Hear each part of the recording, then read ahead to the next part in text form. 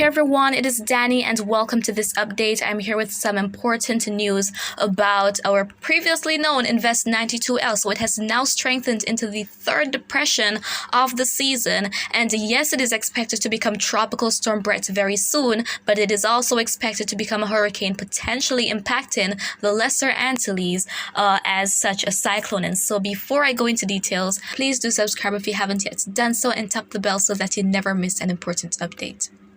Okay, so this is the latest, and let's briefly talk about that disturbance now dubbed Invest 93L. So it is located to the southwest of the Cabo Verde Islands, and it is given a medium 40% chance of development. So as I mentioned in my update earlier this morning, I was expecting that the chance would increase, and now it is increasing, but take a look at the northwestward track expected. So it is likely that this could miss the Caribbean, even if it does manage to develop. However, there is some hostility ahead of it. But going to Tropical Depression 3, let's look at it on satellite, and here we can see it. There's 93L behind it, and it is looking very healthy right now. Look at that outflow, and that is usually a sign that we're having that intensification taking place. It is looking symmetrical, and this is expected to be the trend over the next couple of days. It should intensify further, potentially reaching hurricane status. So let's now go on to the cone forecast, and here we have it, still some days away from the Lesser Antilles,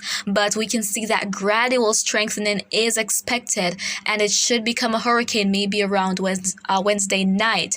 And so there are large uncertainties with this track here. The National Hurricane Center themselves stated that, and I am expecting a lot of adjustments because we really don't know what exactly will happen. This doesn't necessarily have to be the track for sure with the system here, but it is likely to continue westward for the next several days, and it is expected to peak as a Category 1 for the next 5 days because though environmental conditions will be conducive for strengthening as we progress throughout the next couple of days, what will happen is that there's going to be some increased shear in the northeastern Caribbean, and that is going to be helping the system to weaken.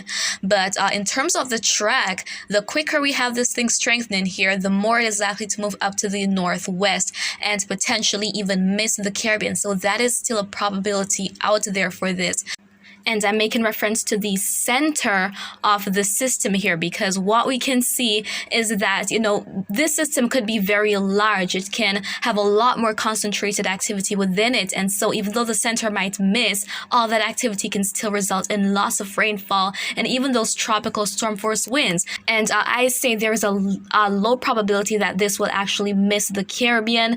I really think that the islands will be impacted, and we're seeing that now. But it's just that this is called the cone of uncertainty, and there are bound to be adjustments over the next couple of days. We're not talking about a very imminent cyclone here. And so guys, I will go into a lot more details later this evening, so do look out for that update video. That is going to be my third for today. It's getting pretty busy out there. So guys, that is it for now, and remember to always be weatherwise.